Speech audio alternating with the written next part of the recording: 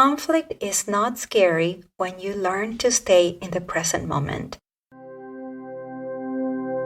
I don't like to argue, so I say nothing and fume for days. How do I set boundaries without sounding like a jerk?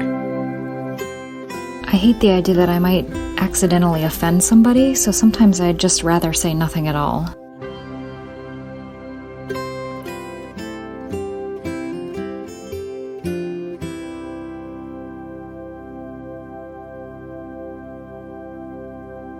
Welcome to the Language Alchemy Podcast, and thank you for joining me today.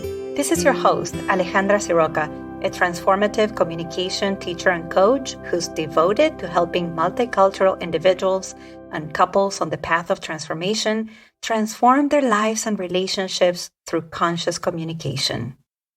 Thank you so much for being here with me today. The Language Alchemy Podcast is your place to reflect on how you use language to communicate, and it's also your place to learn transformative communication tools that can bring forth peace, harmony, compassion, equality, and equity to your life, your relationships, and all members of our human family right now. Yes, this is your weekly transformative communication podcast workshop where you get to connect to your capacity to show up and communicate as the conscious, compassionate, and mature adult that you are. And something that's really needed right now, with all the pain and suffering that our human family is going through, is to be practitioners of peace, ambassadors of peace, instruments of peace, models of peace. Peace starts within, and it spreads out into our intimate relationships, into the relationships with the people in our lives, our family, our friends, our coworkers, our community. And that is how it can have a ripple effect to radiate out into bigger groups, like our neighborhoods, our towns, our provinces, our states, our countries, our whole world.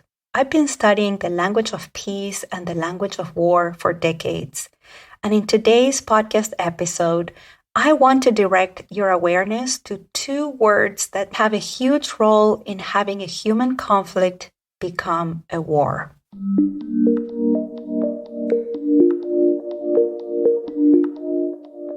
First of all, if you've been following me for some time, you've probably heard me say that I don't teach communication formulas or communication rules to my communication coaching clients and students. Why? Because communication depends on the context. So rather than teaching you a formula or a rule that could be useful in one context and completely useless and even harmful in another context, I teach you and my communication coaching clients and students to cultivate awareness about how you are communicating during conflict, what your intention is, what your values are, whether you have an agenda, what's happening with your internal communication system, to notice the impact of your communication and be open to the responses and feedback about how you are communicating. All this requires presence. It requires to learn to be present and stay in the present moment, especially when you're having a conflict. As you heard me say in previous episodes about conflicts, in fact, I've recorded several episodes about conflicts all throughout the podcast, and more specifically in the last 4 episodes from episode 120 to this one, 124. You've heard me say before that conflicts are part of our human experience, of our human relatedness. Conflicts are inevitable when we live, work, and interact with other human beings. Somebody at some point will have a different idea, a different need, a different value, a different opinion from yours. And when that happens, voila, you may be in a conflict. And I'm not suggesting here that conflict is a fight. In fact, I recorded a podcast episode on this, and that is episode number 67, titled Conflict Can Be Scary. I'll add the link in the show notes. And the truth is that conflict doesn't have to be scary, which is my point in episode number 67. That's true. Conflict doesn't have to be scary when you learn to stay in the present moment. And how do you do that? That's what you're going to learn here.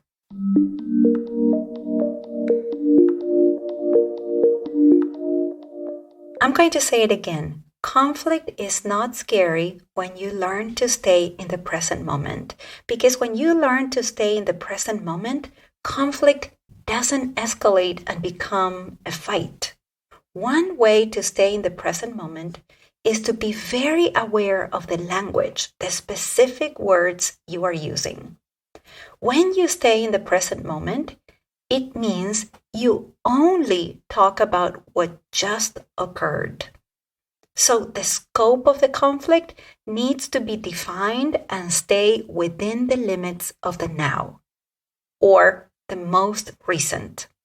You only talk about this idea in question, this different opinion, this seemingly opposing need, this value that seems contrary to your value, this behavior that caused hurt and commotion, this situation that is painful and intense, this one interaction that is stimulating something uncomfortable in you or the other person. This is how you use language skillfully to stay in the present moment.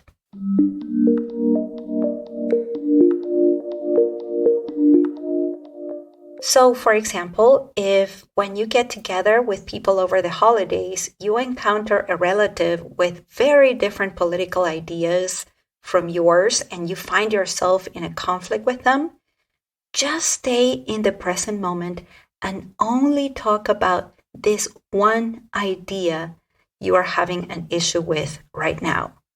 Refrain from reminding your relative that you had another conflict with them in the past.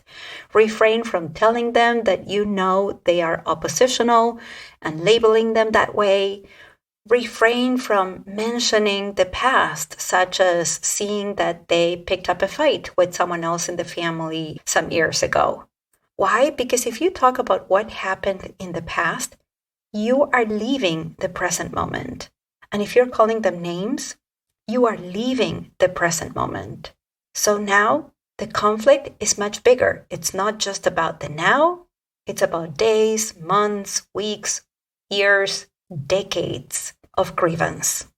And if you're calling them names, if you're accusing them of doing this with others, those others and other situations are not in the present moment. When you do that, you abandon the now. And when you abandon the now, the conflict escalates, and unless the other person is able to stay present, it will most likely become a fight.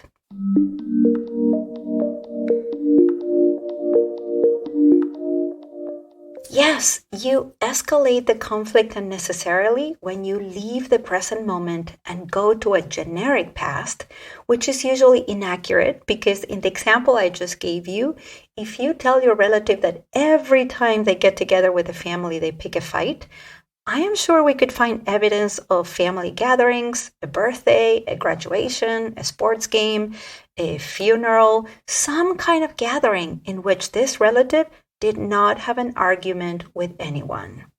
When you are in a conflict and you leave the present moment, when you leave the now and things escalate, you usually use one of two words that are general, abstract, and that are usually jabs or weapons.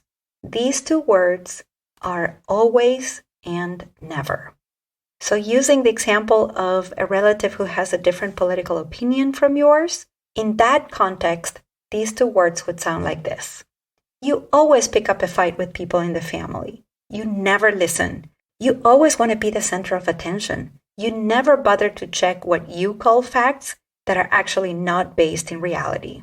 Or it may be that you use these two words, always and never, to talk about yourself, and that also escalates the conflict. For example, when you say something like, I'm always the one who has to apologize. I never argue with you.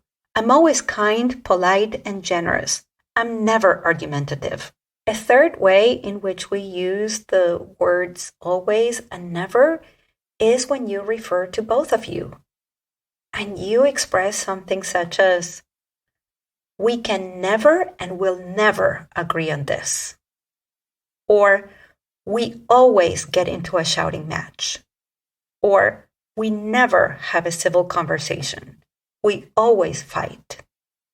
And there's one more way in which the words always and never escalate a conflict. This is when you say things like, it will never change. It's always like this. It will never be any different.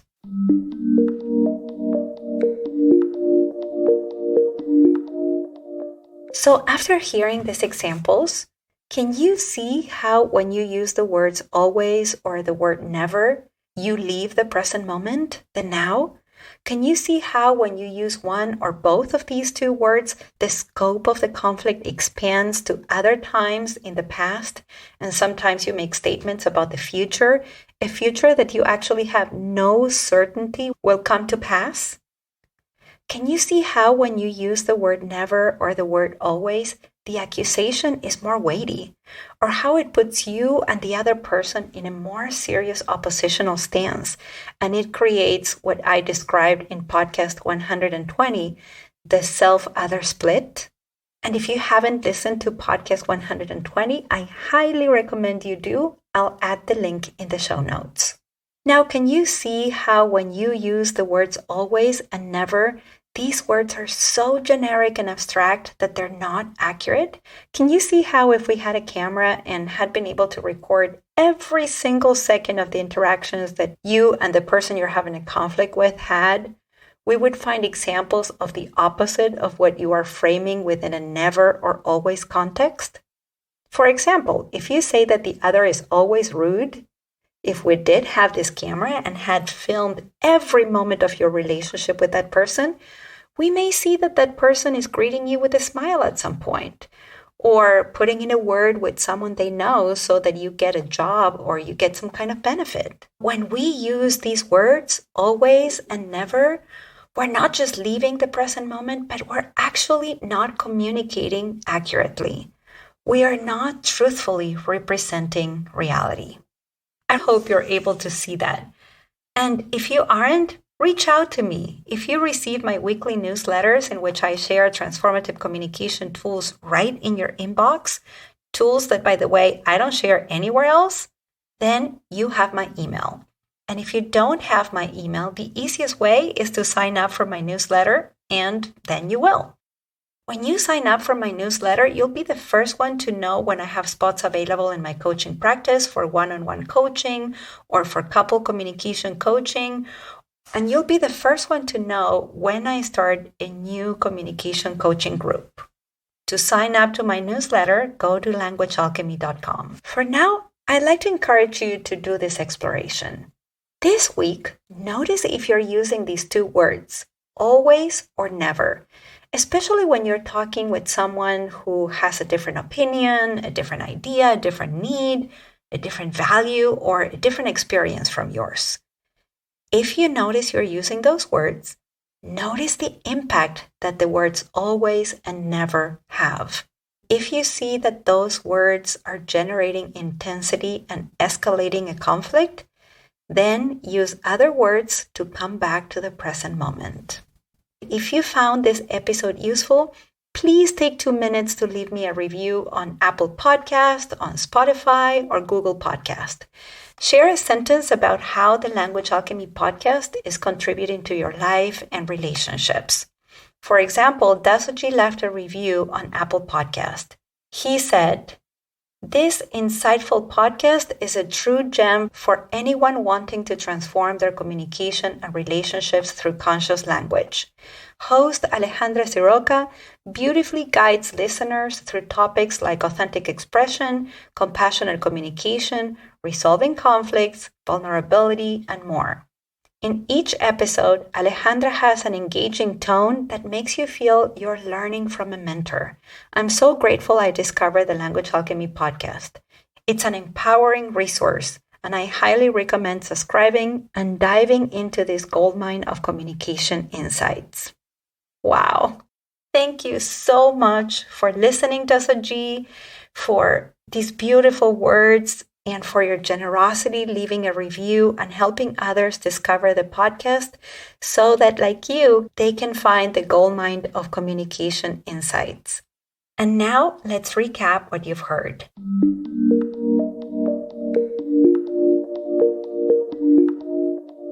In this episode, we talked about something we do in our communication that escalates conflicts, and that is that we leave the present moment. That happens when we start talking about things outside the scope of what generated the current conflict, and we expand the interaction with events from the past. When this happens, we usually use the words always and never, two words that are generic and inaccurate. I gave you several examples of how these two words weaponize the interaction and left you with an exploration. At the end, I encouraged you to reach out to me, to email me, sign up to my newsletter, and leave a review for the podcast. Thank you so much for listening, and a special thanks to Dasaji. Your words and your encouragement inspired me and helped me keep going. Until next week, and as we say in Argentina, ciao ciao. Original music by Gary Lapo. You can find all links in the show notes at languagealchemy.com.